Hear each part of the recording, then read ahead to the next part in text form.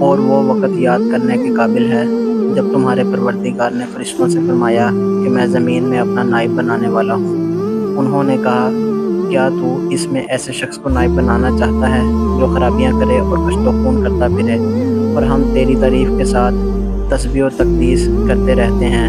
اللہ نے فرمایا، میں وہ باتیں جانتا ہوں جو تم نہیں جانتے۔ جب تمہارے پروردگار نے فرشتوں سے کہا کہ میں مٹی سے انسان بنانے والا ہوں، جب اس کو درست کر لوں اور اس میں اپنی روح پھونک دوں تو اس کے آگے سجدے میں گر پڑنا، تو تمام فرشتوں نے سجدہ کیا مگر شیطان اکڑ بیٹھا اور کافروں میں ہو گیا۔ اللہ نے فرمایا کہ اے ابلیس، جس کو میں نے اپنے ہاتھوں سے بنایا، اس کے آگے سجدہ کرنے سے تجھے کس چیز نے منع کیا؟ کیا تو غرور میں آ گیا یا اونچے درجے والوں میں تھا؟ بولا کہ میں اس سے بہتر ہوں کہ تو نے مجھ کو آگ سے پیدا کیا اور اسے مٹی سے بنایا۔ کہا، یہاں سے نکل جا، تو مردود ہے۔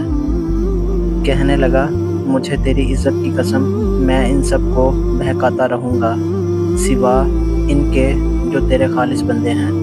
اور ہم نے کہا کہ اے آدم، تم اور تمہاری بیوی بہشت میں رہو اور جہاں سے چاہو بے روک ٹوک کھاؤ پیو، لیکن اس درخت کے پاس نہ جانا، نہیں تو ظالموں میں داخل ہو جاؤ گے۔ پھر شیطان نے دونوں کو وہاں سے پھسلا دیا اور جس عیش و نشاط میں تھے اس سے ان کو نکلوا دیا۔ تب ہم نے حکم دیا کہ بہشت بری سے چلے جاؤ، تم ایک دوسرے کے دشمن ہو اور تمہارے لیے زمین میں ایک وقت تک ٹھکانہ اور معاش مقرر کر دیا گیا ہے۔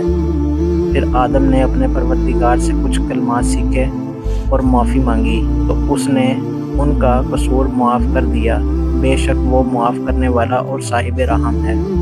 ہم نے فرمایا کہ تم سب یہاں سے اتر جاؤ، جب تمہارے پاس میری طرف سے ہدایت پہنچے تو اس کی پیروی کرنا، کہ جنہوں نے میرے ہدایت کی پیروی کی ان کو نہ کچھ خوف ہوگا اور نہ وہ غمناک ہوں گے، اور جنہوں نے اس کو قبول نہ کیا اور ہماری آیتوں کو جھٹلایا وہ دوزخ میں جانے والے ہیں اور وہ ہمیشہ اس میں رہیں گے۔